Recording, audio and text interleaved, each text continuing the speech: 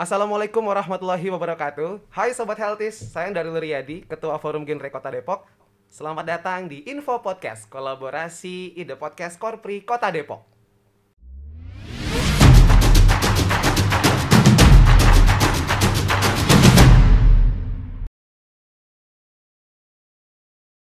Halo Sobat Healthies, sebagaimana kita ketahui bahwa di tanggal 31 Mei kemarin kita memperingati sebagai Hari Tanpa Tembakau Sedunia. Dan untuk memperingati hari tersebut gitu ya, maka tema Info Podcast kita kali ini adalah Genstar atau Generasi Sehat Tanpa Asap Rokok. Nah, berkaitan dengan Genstar ini nih tema kita di sesi ini gitu ya. Kita telah kedatangan narasumber. Beliau merupakan dokter spesialis paru di Rumah Sakit Mitra Keluarga. Mari kita sambut Dokter Bintang Bestari spesialis paru. Halo Daru, Selamat. halo Sobat Healthy. Berbicara tentang rokok. Oke. Rokok adalah hal yang sekarang memang jadi sepertinya tren anak muda ya. Karena memang anak-anak muda itu banyak sekali yang merokok gitu ya. Dari kecil sampai mungkin tua gitu ya, itu rokok tidak kenal siapa usia gitu ya, siapa gender gitu, itu bisa merokok gitu ya. Sebenarnya rokok itu sendiri dari unsur kesehatan itu apa rokok, Dok? Oke, jadi gini, kalau untuk rokok ini sebetulnya sudah bukan hanya tren sekarang ya, saya rasa ya, pasti sudah dari zaman dulu sekali ini sudah menjadi hal yang sangat sulit untuk kita atasi lah ya. Gitu, semakin banyak, semakin hari semakin tinggi angkanya. Kemudian sebetulnya dari data sendiri, Anda bayangkan kita di Indonesia itu dari 2011 sampai 2025 tuh naik yang orang yang merokok itu tinggi sekali. Terakhir setahun terakhir itu naik sampai 16%, dari 60,1 juta hingga jadi 69,7 juta hanya dalam setahun, dan itu hanya di Indonesia. Total kalau di dunia itu sampai 991 juta, jadi hampir 1 miliar. Anda bayangkan orang tuh merokok di dunia. Nah, padahal saya rasa ya, bahkan iklan rokok sekalipun itu iklannya sendiri sudah ada, pasti dilampirkan bahwa ada nih bahaya merokoknya. Rokok tapi membunuhmu. betul, iya. Jadi tapi orang tetap saja gitu loh, itu tetap aja ngerokok. Jadi kalau Anda tanya gimana sih rokok buat kesehatan, saya rasa pasti semua orang sudah hampir tahu lah. Cuma secara detail Anda bayangkan, satu rokok itu punya 7.000 zat kimia, 7.000. Dan di antaranya sekitar 50-70 itu toksik sebetulnya gitu. Nah, kalau saya urai kurang lebihnya itu ada yang namanya arsenik. Anda bayangkan. Mungkin itu yang saya omongkan yang familiar aja ya. Terus kemudian ada yang namanya formalin, ada yang namanya karbon monoksida, ada yang namanya kadmium, ada yang namanya hidrogen sulfida, ada yang namanya benzen. Itu yang sangat familiar di kita, dan mungkin kalau SMP SMA ke atas lah yang sudah belajar kimia tahulah itu zat-zat itu apa, dan sangat berbahaya buat tubuh kita. Jadi ya memang rokok ini kecil tapi cukup mematikan menurut saya. Kecil tapi mematikan. Kecil tapi mematikan. Gitu ya. Tadi kandungannya ada arsenik, betul. Ya, ada formalin, betul. Gitu. Ada nikotin juga tadi. Betul, Betul, nikotin juga. Nah, kita sebenarnya tadi tahu ya bahwasannya berbagai macam jargon gitu ya agar sebenarnya orang-orang tuh tidak mengkonsumsi rokok gitu. Betul. Ya. Tapi menurut dokter, kenapa sih sebenarnya gitu ya orang pada akhirnya tahu rokok itu berbahaya nih sebenarnya ya, tapi tetap saja kita mengkonsumsi rokok dan membeli rokok itu sebenarnya. Menurut dokter gimana? Iya, jadi karena gini, paling berat dari rokok itu adalah dia bersifat adiksi. Adiksi itu bener-bener kita tuh sangat ketergantungan dengan rokok. Karena apa? Karena kembali lagi ke zat tadi, yang pertama itu nikotin tadi. Nikotin itu efeknya itu sangat cepat. Dalam tempo dia mungkin 5-10 detik dia udah sampai ke otak. Udah masuk pembuluh darah sampai ke otak, dan dia akan mengeluarkan hormon namanya dopamin. Nah, orang kalau udah hormon dopaminnya keluar itu seperti kayak orang euforia. Jadi senang, moodnya langsung bagus gitu. Jadi kayak melupakan hal-hal yang mungkin dia lagi dalam keadaan stres pekerjaan, dan itu tiba-tiba hilang. Tapi efeknya pun cepat, 15 menit ya setelah itu hilang juga gitu. Jadi itu akhirnya membuat orang pengen lagi merokok lagi. Nanti semakin lama akan terakumulasi tuh zatnya. Misalnya kita awalnya satu rokok, terus kemudian kita ngerasa saya butuh lagi nih rokok lagi karena sifat adiksi tadi, rokok lagi jadi 2 sehari, nanti 3. Ya itu akan akumulasi di mana akhirnya sampai suatu tahap namanya tubuh kita sudah toleransi. Jadi kita sudah mentoleransi, dosis yang atau jumlah rokok yang kita minum kita isap setiap hari itu misalnya 1 bungkus. Ya udah, kita harus 1 bungkus tuh hari besoknya, nggak bisa tuh turun. Gitu, karena tubuh kita sudah membaca bahwa kita membutuhkan rokok dengan jumlah segitu. Itu permasalahannya di situ. Oke dok, jadi kita tahu tadi ya rokok itu apa gitu ya. Kemudian sebenarnya penyebab rokok itu apa sehingga menjadi adiksi, karena memang banyak kandungan-kandungan sehingga merespon tubuh menagih lebih banyak gitu ya. Betul. Oke, kalau sekarang kita berbicara tentang dampaknya untuk kesehatan gitu ya. Kira-kira dampak rokok tuh sebenarnya yang terberatnya deh gitu. Oke. Bisa jadi apa? Gitu. Oke, kalau terberat ending pasti kematian sebetulnya. Gitu. Dari menuju kematian itu kan banyak prosesnya. Rokok dia bisa mempengaruhi dari ujung rambut sampai ujung kaki, dari rambut sampai kuku, gitu kan. Jadi dari ringan sampai berat. Kalau Anda paling berat pasti saya bilang kematian. Efeknya kemana? Pasti lewat jantung dulu. Lewat jantung bisa karena ya seperti tadi dia nikotin ngeluarin hormon dopamin, mempengaruhi pembuluh darah, mempengaruhi denyut jantung. Kemudian dia juga bisa bikin sumbatan di pembuluh darah, pasti efek terakhirnya bisa serangan jantung. Dia bikin sumbatan di pembuluh darah otak, dia bisa bikin stroke. Kemudian untuk zat-zat yang lain tadi yang bersifat karsinogenik kayak arsen, terus kemudian amonia dan segala macam bisa bikin kanker, segala macam kanker dari ujung rambut sampai ujung kaki juga.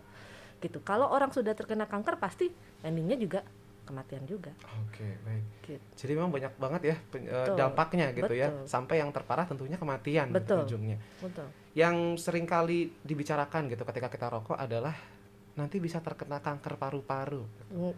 Itu sebenarnya seberapa besar gitu orang perokok dengan orang tidak perokok gitu bisa terkena kanker paru-paru. Oke, ya ini sih kalau mau ini sebetulnya nggak bisa apple to apple ya saya bilang gitu. Jadi bagaimanapun kan sebuah penyakit itu penyebabnya tidak hanya satu.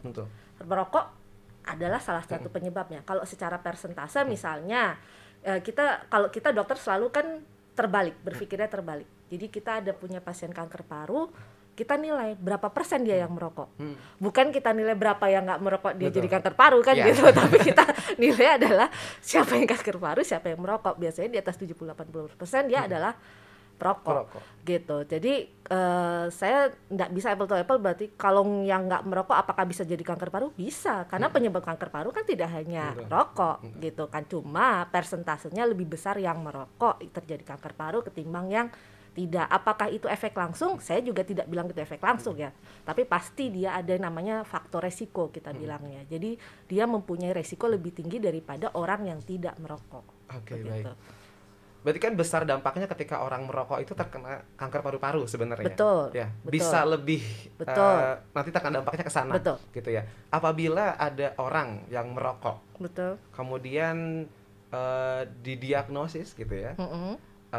Penyebab lebih besarnya adalah ketika terkena kanker paru-paru seseorang ini karena dampak merokok yang mungkin sudah tertimbun gitu bertahun-tahun gitu ya.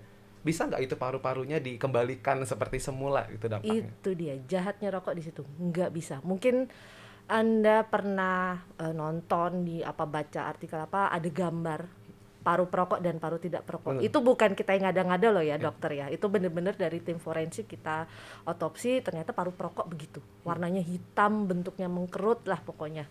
Nah itu jadi kalau Anda bilang apakah itu nggak bisa, karena gini, kebayang. Jadi pada saat kita merokok itu asap rokok yang masuk ke dalam paru-paru kita itu akan merusak yang namanya sel silia. Jadi di saluran nafas kita ada namanya sel silia itu yang berfungsi sangat penting banget untuk menjaga kita sebetulnya. Gitu. Nah itu kalau sudah rusak itu nggak akan pernah bisa kembali. Gitu. Dan kalaupun kembali juga butuh waktu yang tidak sebentar, sama seperti kita hidup, Tuhan menciptakan organ tubuh kita kan tidak sebentar, tidak sekejap. Begitupun juga untuk meregenerasi tidak sebentar. Gitu. Dan Anda bisa bayangkan kayak kita ngebakar hutan gitu. Kita harus nanam lagi dari awal. Misalnya pohon jati kita tebang, kita butuh puluhan tahun dia untuk berdiri. Kan? Sama, paru juga gitu. Anda rusak sekali butuh 10 tahun padahal umur kita seberapa. Ya. Nggak ada yang tahu. Kita kan nggak tahu gitu. Jadi Anda berhenti sekarang, misalnya 10 tahun lagi, oke lah, paling 10 tahun lagi paru saya perbaiki nih gitu, membaik nih. Ternyata 5 tahun lagi dipanggil Tuhan. Kan? Ya, itu jadi decision-nya, keputusannya ya sekarang. Oke. Tidak perlu menunggu. Artinya berarti ini benar atau enggak nih dok ya? Dampak yang sudah dirasakan gitu ya. Misalkan ada seseorang yang merokok 20 tahun misalkan, 20 tahun. Kemudian dia mencoba untuk berhenti merokok di usianya setelah orang ini mengkonsumsi rokok 20 tahun. Apakah dampak 20 tahun ke belakang yang orang itu mengkonsumsi rokok itu tidak akan hilang sebenarnya di paru-parunya? Betul. Itu ya, betul. Itu betul. Jadi itu akan menetap. Jadi karena ada mungkin beberapa hal dia yang tidak beregenerasi dan memang inflamasi atau peradangan yang diakibatkan tadi zat yang segitu banyaknya di dalam rokok itu ada yang continue, akan berjalan terus peradangannya walaupun dia sudah berhenti merokok. Itulah jelek. Ada obatnya nggak dok sebenarnya dok kalau misalkan obat untuk ini benerin paru-parunya? Nggak ada. Jadi paling sering selain kanker paru kita biasanya namanya PPOK atau penyakit paru obstruktif kronis. Jadi benar-benar akhirnya fungsi parunya dia menurun seperti itu. Jadi dan biasanya dia usia lanjut, dan kalau sudah terjadi seperti itu kita udah nggak bisa mundur nih. Kalau udah nggak bisa mundur karena itu sudah terjadi kelainan anatomi kita bilangnya ya. Jadi kelainan bentuk atau dari struktur dari parunya itu udah nggak bisa balik.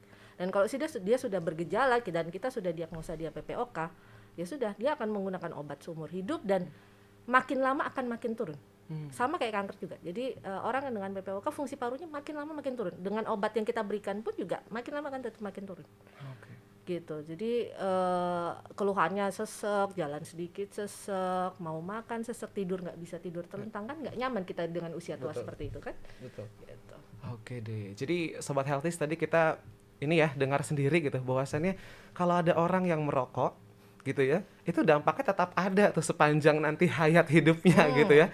Jadi hati-hati gitu ya, mulai dari sekarang gitu ya, dipertimbangkan lagi gitu ya dengan matang-matang gitu. Mending gak usah ngerokok lah, mending kita melakukan ataupun kita mengkonsumsi hal yang lebih sehat ya dok ya.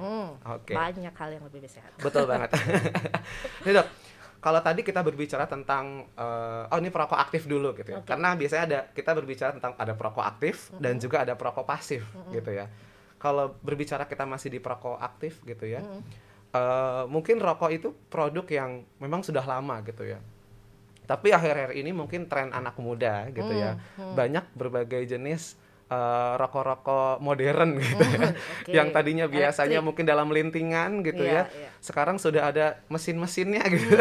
Nah itu menurut dokter sebenarnya gimana itu tren-tren anak muda yang sekarang mengkonsumsi rokok-rokok yang disebut rokok elektrik?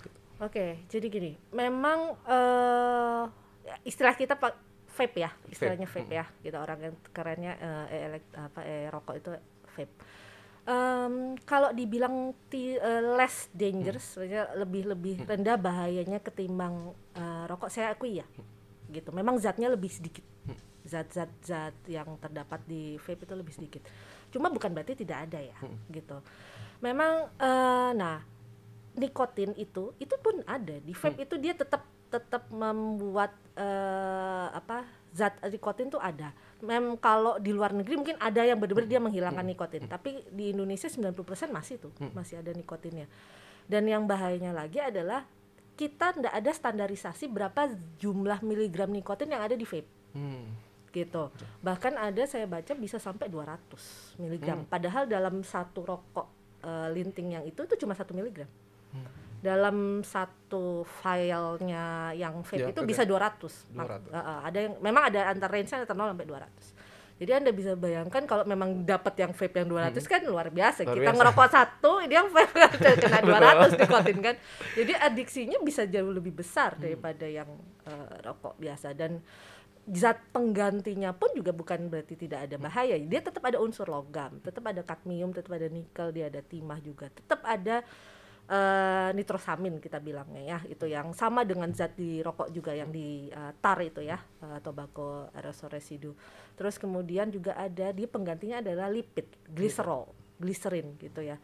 Nah ini lagi kita dokter-dokter paru lagi banyak meneliti tentang efek gliserin itu lipoid itu lipid. Jadi ada yang namanya pneumonia lipoid pneumonia. Jadi lemak-lemak yang masuk ke vape itu nempel di paru ya, akhirnya terjadi infeksi paru juga. Sama resikonya tetap ada ke sana gitu. Jadi adisinya ada, resiko terhadap infeksi paru tetap ada, resiko terhadap kanker juga tetap ada dari vape itu. Jadi bukan berarti yang terus jadi nggak ada sama sekali, nggak juga gitu. Jadi sama-sama bahaya ya. Sama-sama bahaya. Dan dulu kan sebetulnya vape itu kan dibuat buat peralihan ya, dari rokok biar berhenti masuk vape. Ternyata nggak juga, orang pakai vape juga tetap addicted, nggak bisa lepas juga, gitu. Tapi beberapa rokok elektrik gitu ya, yang seringkali misalkan kalau saya kumpul sama teman-teman gitu ya, kemudian teman-teman ada yang mengkonsumsi rokok elektrik gitu, itu kan kadang asapnya tuh baunya enak gitu. Betul. Dengan kalau saya misalkan mencium asap dari rokok, itu kan baunya gitu. Betul. Kira-kira sebenarnya apa bedanya sebenarnya gitu, atau sebenarnya bahayanya sama kah atau gimana? Ya itu tadi saya bilang, bahayanya sebetulnya berbeda.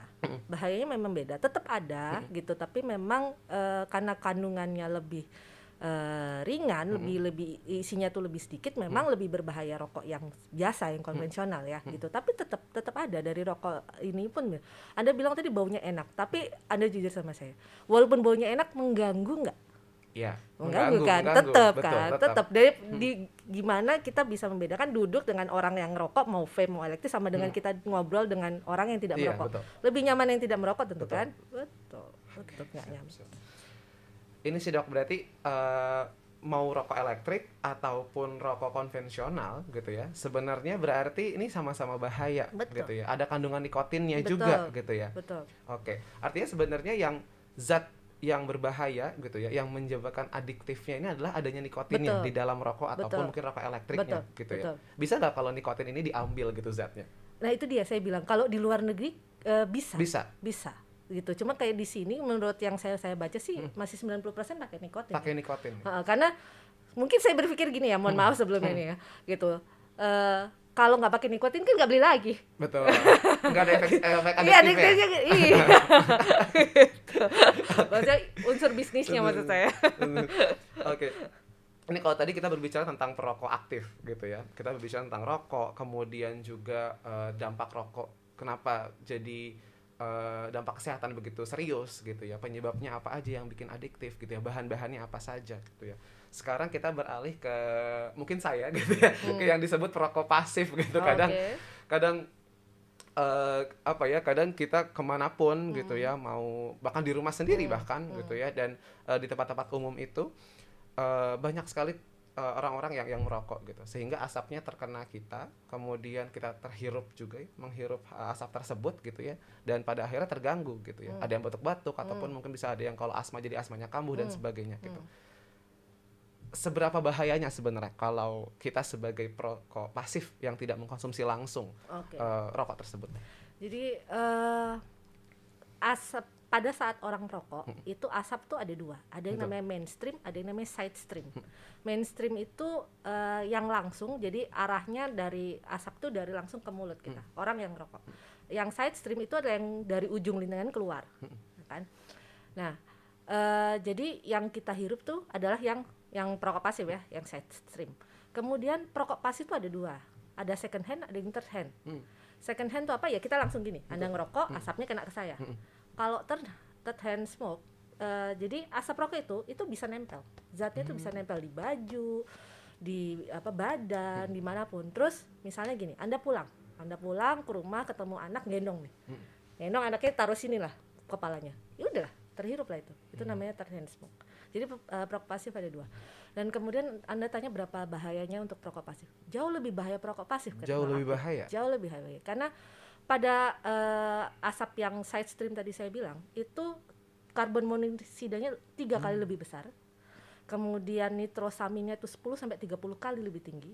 Kemudian amonianya 300 kali lebih tinggi daripada yang perokok aktif. Jadi Anda bisa bayangkan sendiri, itu berapa kali lipatnya zat-zat jahat itu yang keluar ke teman-teman Anda atau ke keluarga Anda gitu. Oke.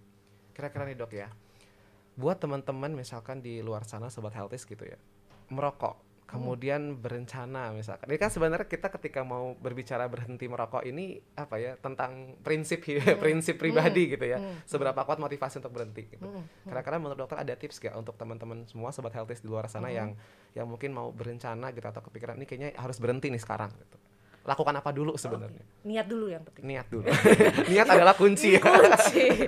Jadi kalau Anda nggak niat, mustahil dan mustahil gitu kan. Jadi niat dulu. Anda niat dulu mau berhenti, baru take the first step. Ambil langkah pertama adalah akui bahwa Anda addicted. Gitu. Jadi akui dulu bahwa Anda memang ketergantungan nih terhadap rokok. Karena kadang-kadang rokok itu kan jadi personal. Jadi maksudnya ya rokok suka-suka, istilahnya kalau anak zamanan tuh suka-suka gue ngerokok ya gue ngerokok, enggak ya enggak gitu. Jadi personal gitu. Padahal sekali Anda merokok kan itu akan ada adiksi. Betul. Gitu. Jadi sebetulnya mindset dulu berpikir, nih saya pengen ngerokok lagi, emang karena saya pengen atau badan saya yang bilang ini pengen, kan gitu. Jadi harus ngakuin dulu nih, kayaknya saya addicted tuh rokok gitu. Setelah Anda sadar bahwa oh saya addicted, baru berarti kan kalau memang karena adiksinya berarti kan sesuatu yang kita sendiri harus mengontrol bahwa kita harus menghentikan gitu. Jadi ya kitanya akhirnya membuat mindset tersebut, baru kita cari pertolongan. Jadi cari pertolongan paling dekat keluarga dulu lah. Keluarga, teman gitu. Saya yakin deh, misalnya gini lah, mungkin kan anak zaman sekarang bilang ngerokok tuh cool. Kalau apa ada namanya social smoker gitu kan. Enggak ngerokok di depan teman-teman, enggak gaul. Tapi coba deh dibalik gitu loh. Jalan-jalan pikirnya dibalik. Apakah kalau Anda enggak merokok, apakah teman-teman Anda itu akan mengejek Anda? Saya rasa enggak. Enggak juga gitu. Malah kita kadang-kadang, aduh lu jangan ngerokok dong di depan gue. Jangan mereka enggak ngerokok kan gitu. Ya itu loh. Jadi kembali jalan pikirnya dulu ditata, dibalik, jangan negatif tapi positif dulu. Nah, begitu sudah cari pertolongan, kemudian barulah ngambil langkah. Memang nggak bisa tuh, putus langsung nggak rokok, nggak bisa. Jadi harus pelan-pelan.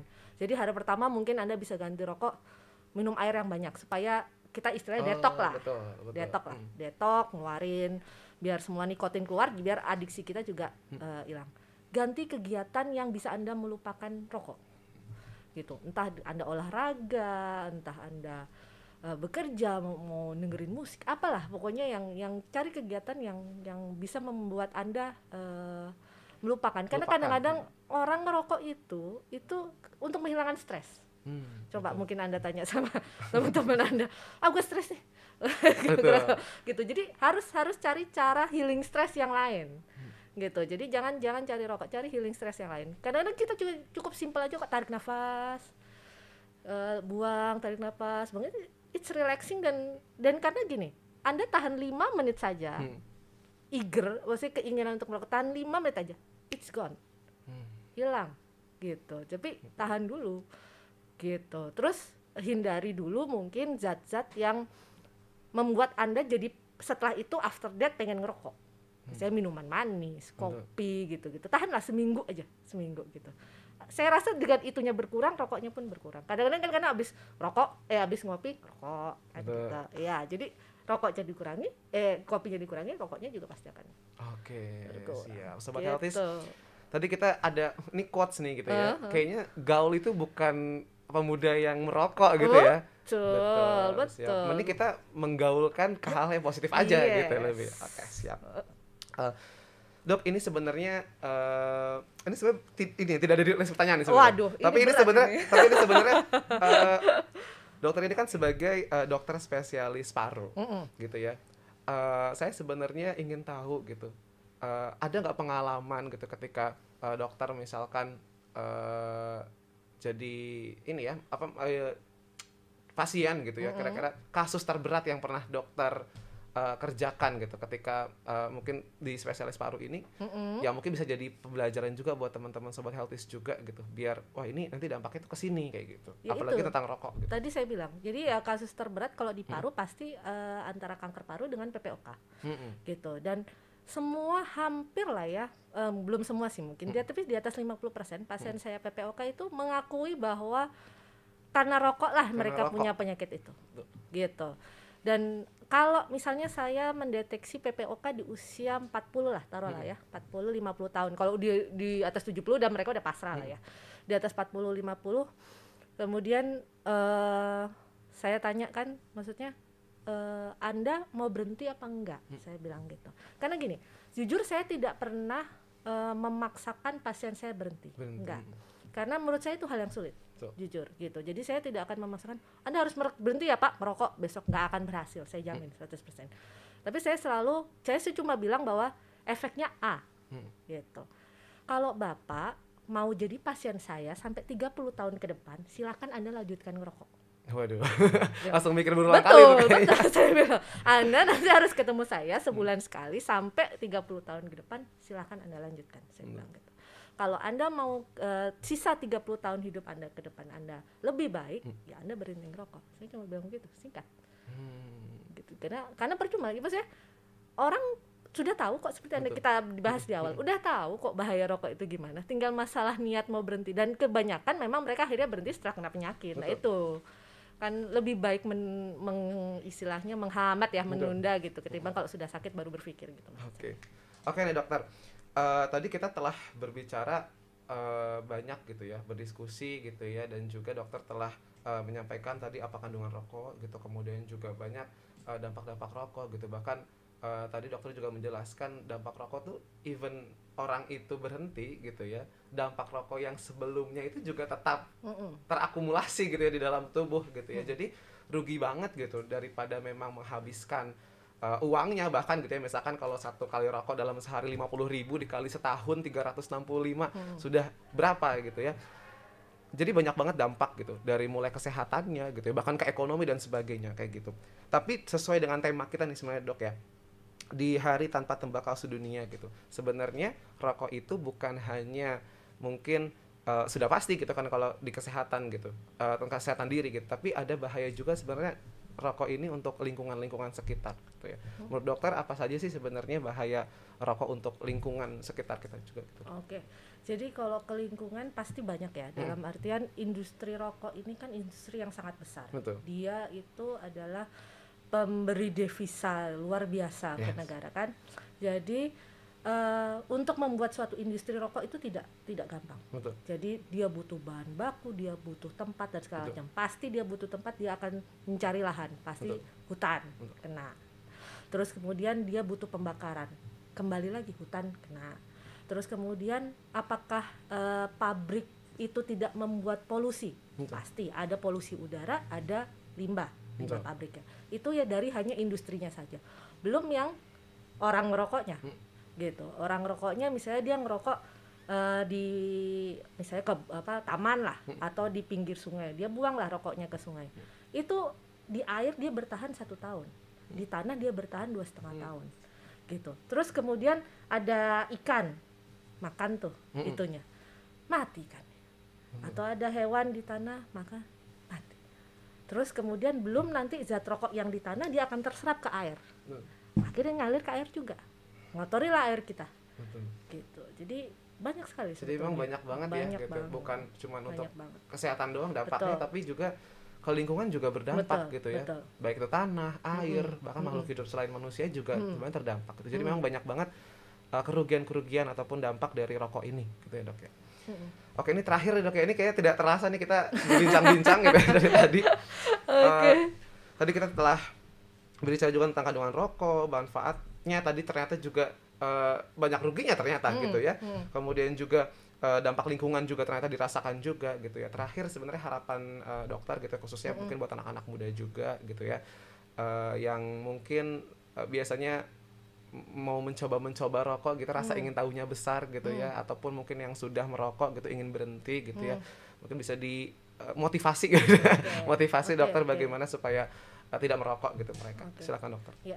Baik, jadi buat sobat healthy semua, untuk rokok ini kembali lagi tadi mungkin saya sudah bahas adalah permainan pikiran. Jadi yang belum merokok tolong jangan merokok, karena begitu sekali Anda merokok jangan dibilang bahwa oh saya cuma coba kok. Sekali Anda coba dia akan bersifat adiksi, Anda akan minta lagi. Jadi tolong jangan mencoba Jadi yang belum jangan mencoba. Kalau yang sudah, tolong pikirkan hal-hal yang sudah saya berikan tadi ya, gitu, bahwa banyak dampak negatif gitu yang sudah ada tuh, sudah banyak. Jadi sebelum anda lanjutkan merokoknya, tolong dipikirkan kembali.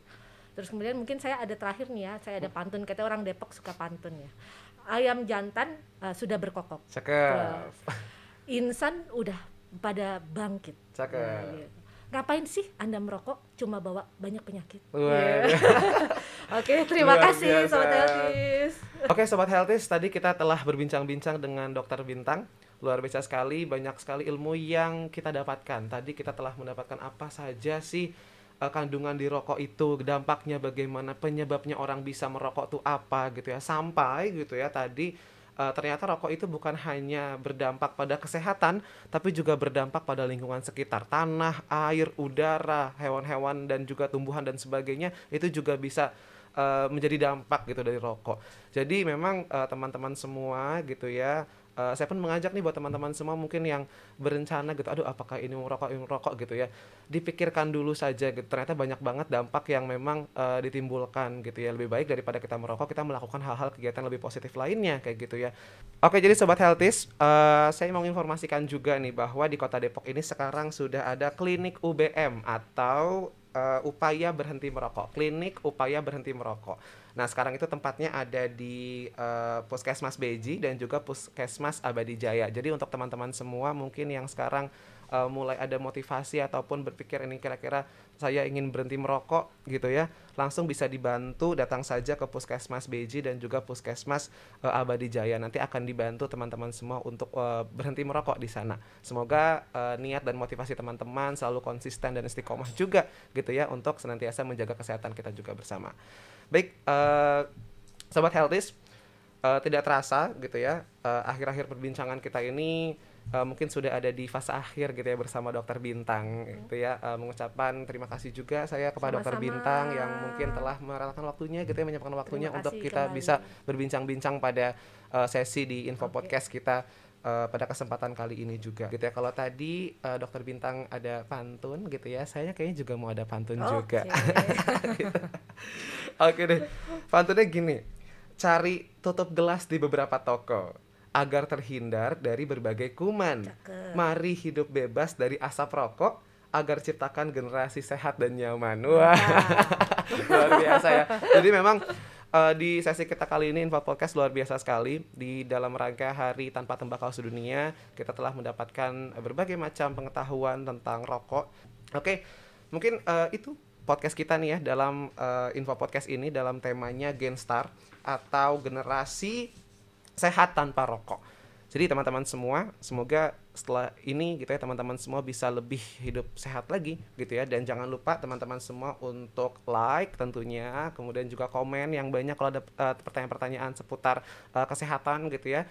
Bisa di komentar gitu ya, langsung saja, dan juga subscribe gitu. Dan jangan lupa share ilmu-ilmu ini ya, share juga link ini di ke teman-teman semua, grup WhatsApp gitu ya, kemudian juga grup-grup keluarga gitu yang biasanya ramai gitu ya, dan juga banyak teman-teman mungkin yang merokok juga link gitu ya. Jadi jangan lupa untuk like, share, and subscribe akun YouTube-nya Dinas Kota Depok di Dinkes Kota Depok dan Promkes Dinkes Kota Depok gitu ya. Kita akan bertemu lagi di episode selanjutnya di Info Podcast berkolaborasi dengan Ide Podcast Kolpri Kota Depok. Sehat bersama pasti bisa.